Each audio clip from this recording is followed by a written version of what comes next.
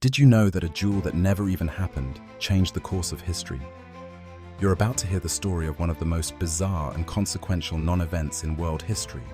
Forget everything you think you know about duels, because this one doesn't end with swords or pistols. It begins with quick tempers, a heap of pride, and two people who could not have been less suited to meet under a code of honor. Let me set the stage. It's the early 1800s in Russia. The chilly winds of the empire rustle through the streets, but something less tangible was in the air: tensions.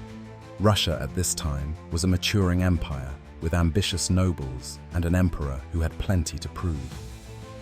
Alexander I sat on the throne, a man burdened by the weight of expectations. He sought to balance reforms drawn from the Enlightenment with the rigid traditions of Russian aristocracy. It was a careful dance, and the court was a powder keg. Step into the picture: two prominent and utterly incompatible figures of society. First, we have Count Fyodor Tolstoy, not to be confused with the famed writer Leo Tolstoy, who was actually Fyodor's distant relative. Fyodor was something of a rogue, known as the American, for reasons steeped more in his flair than geography. Fyodor was a sailor and an adventurer. But more than anything, he was a gambler, a brawler, and an expert with a pistol. He thrived on chaos and relished any opportunity to throw himself or someone else into it. On the other side, Ivan Turgenev. Before you jump to assumptions, no, not the author, Ivan Turgenev. This Ivan was a diplomat and a nobleman, intelligent but sensitive. Turgenev embodied the ideals of propriety and honor. If Count Fyodor was chaos incarnate, Ivan was the orderly bookkeeper, methodical and righteous in almost everything he did. A volatile cocktail of personalities, wouldn't you agree? So, how did these two wildly different individuals cross paths? Gambling, of course.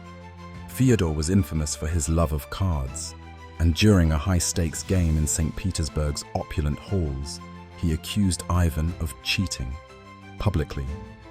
If there's one thing a noble can't tolerate, it's a public affront to their honor. Cue fireworks.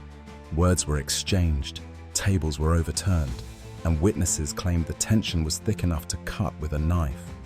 Honor was everything, so Ivan had no choice but to issue a challenge: a duel.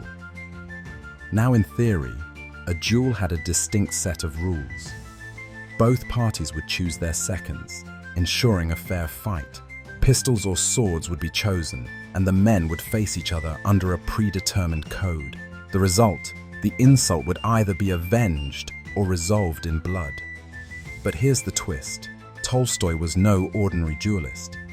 He was something of a professional, or at least an addict, when it came to these fights. He'd been involved in more duels than most people had family dinners. He relished them, finding thrill in every aspect of those high-stakes encounters.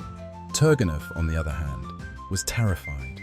He was a bureaucrat, not a warrior. He knew he wasn't equipped to face Tolstoy, especially with a pistol. However, pride in the courtly world of diplomacy dictated he proceed. What followed was a series of bizarre escalations. Tolstoy began taunting Turgenev publicly, amplifying the humiliation while also demonstrating his cruelty. Ivan, unprepared to deal with someone like Fyodor, repeatedly delayed the duel, claiming illness and family emergencies. Did he imagine that strapping on his weapon and standing at the mark would spell doom? Almost certainly. His delays became a spectacle of their own. As tensions simmered, something strange became apparent. Nobody in St. Petersburg wanted the duel to proceed. Why? Because while they found Tolstoy's antics amusing, the threat of him killing a respected diplomat like Turgenev was no laughing matter. The incident had become public gossip and brought embarrassment to many in the court, even finding itself whispered in the presence of Emperor Alexander I himself. So the duel was delayed, and delayed again, and again. And in the meantime, life went on. Ivan grew older, married, and eventually found himself posted far away to Paris as the Russian ambassador. Fyodor, true to his reputation, continued his libertine ways, a life packed with scandal, infamy, and the occasional duel with less reluctant opponents. Here's where it gets fascinating. By refusing to go through with the duel, by stalling time and time again, Turgenev unknowingly redefined what it meant to save face.